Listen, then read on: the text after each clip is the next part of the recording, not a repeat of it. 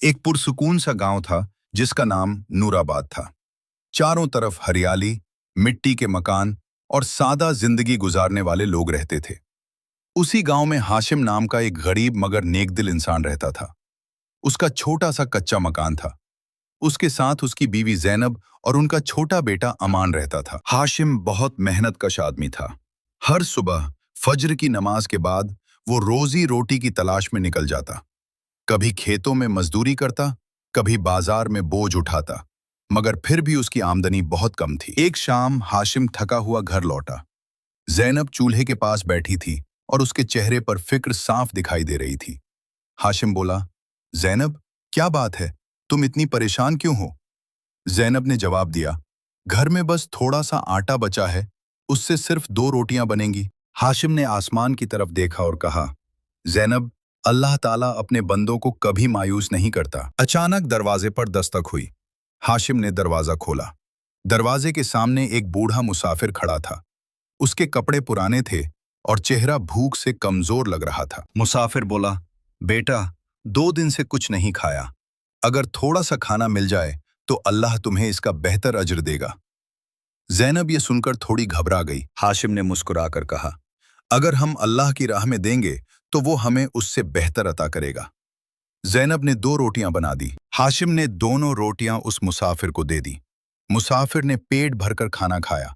फिर उसने हाथ उठाकर दुआ की, अल्लाह तुम्हारे घर में ऐसी बरकत अता करे कि तुम्हारी तकदीर बदल जाए। उस रात घर में किसी ने खाना नहीं खाया। छोटा अमान अपने अब्बू के पास आया। अब्बू, मुझे बहुत भूख लग रही है। हाशिम का दिल पसीज गया। हाशिम बोला, बेटा, सब्र करो, अल्लाह सब देख रहा है।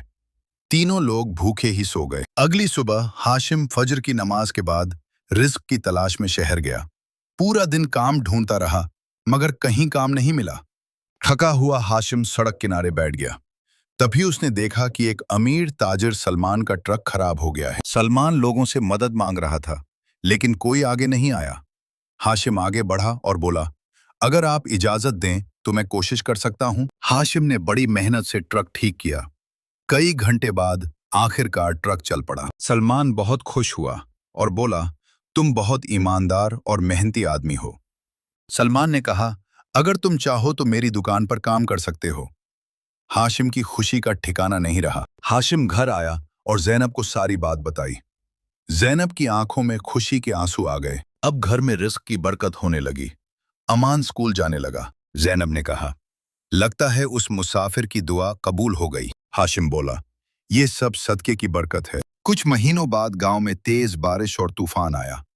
कई गरीबों के घर टूट गए। हाशिम ने अपनी जमा पूंजी से गरीबों को खाना और कपड़े दिए। गांव वाले हाशिम को दुआएं देने लगे। एक दिन वही बूढ़ा मुसाफिर फिर गांव में आया। हाशिम ने उसे तुरंत पहचान लिया और बोला, बाबा, आपकी दुआ से हमारी जिंदगी बदल गई। मुसाफिर मुस्कुराया और बोला, बेटा, ये सब तुम्हारे अच्छे अमल का नतीजा है। याद रखना, सदका कभी दौलत कम नहीं करता। कुछ समय बाद सलमान ने हाशिम को बुलाया। सलमान ने कहा, हाशिम, आज से तुम इस कारोबार के हिस्सेदार हो। जो इंसान अल्लाह की राह में देता है, अल्लाह उसे कई गुना बढ़ाकर अता करता है।